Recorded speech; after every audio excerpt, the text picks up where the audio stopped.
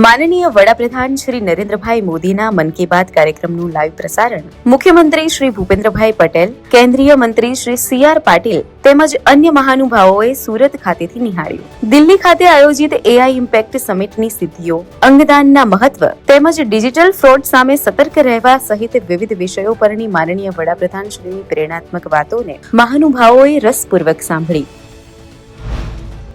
મુખ્યમંત્રી શ્રી ભૂપેન્દ્રભાઈ પટેલે રાજ્યમાં પ્રાકૃતિક ખેતીમાં નવા જોડાયેલા 33 જિલ્લાઓના 35,829 ખેડૂતોને national mission of national farming અંતર્ગત ખરીફ ઋતુ માટે 1 એકર માટે ₹2,000ની સહાયનું ડીબીટીથી વિતરણ કર્યું. કુલ ₹6.97 કરોડની પ્રોત્સાહક સહાય સિંગલ ક્લિકથી ખેડૂતોના બેંક ખાતામાં જમા.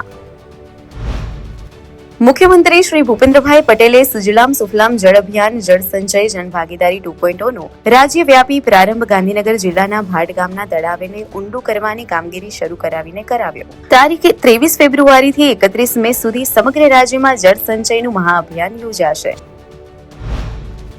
મુખ્યમંત્રી શ્રી ભૂપેન્દ્રભાઈ પટેલે સુરત ખાતે આયોજિત સ્વામી વિવેકાનંદ રાષ્ટ્રીય પુસ્તક મેળા 2026નો કેન્દ્રીય મંત્રી શ્રી સી.આર. પાટીલ તેમજ અન્ય મહાનુભાવોની ઉપસ્થિતિમાં શુભારંભ કરાવ્યો. આ સાથે જ હોર્ટિકલ્ચર મેળો, ફ્લાવર શો, શિલ્પગ્રામ મેળો અને ફૂડ ફેસ્ટિવલનો પણ શુભારંભ.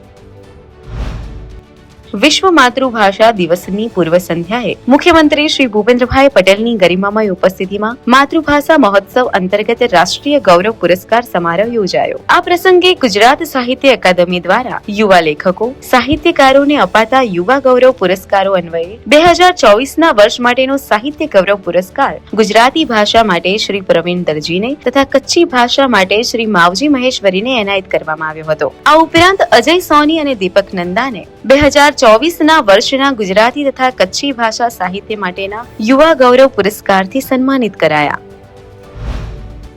મુખ્યમંત્રી શ્રી ભૂપેન્દ્રભાઈ પટેલના સાથે લક્ઝમબર્ગના ગ્રાન્ડ ડચીના નાણામંત્રી શ્રી ગિલિસ રોથ અને ડેલિગેશનની ગાંધીનગરમાં સૌજન્ય મુલાકાત. ડેલિગેશને ભારત ગુજરાત સાથે નાણાકીય સંબંધો વિસ્તારવા માટેની ઉત્સુકતા દર્શાવી. મુખ્યમંત્રી શ્રી ભૂપેન્દ્રભાઈ પટેલ સાથેની સૌજન્ય મુલાકાત દરમિયાન ઇંગ્લેન્ડના વેસ્ટ મિડલેન્ડના કમ્બાઇન્ડ ઓથોરિટીના મેયર શ્રી રિચાર્ડ પાર્કર સહિત ડેલિગેશનના સભ્યોએ હાયર એજ્યુકેશન, ગ્રીન ઇકોનોમી અને EV, skill development, AI, advance manufacturing જેવા વિવિધ ક્ષેત્રોમાં સહયોગની તત્પરતા વ્યક્ત કરી.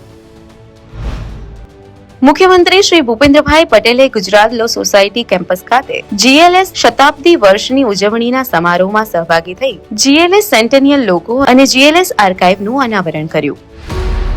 વિકસિત ભારત, વિકસિત ગુજરાત.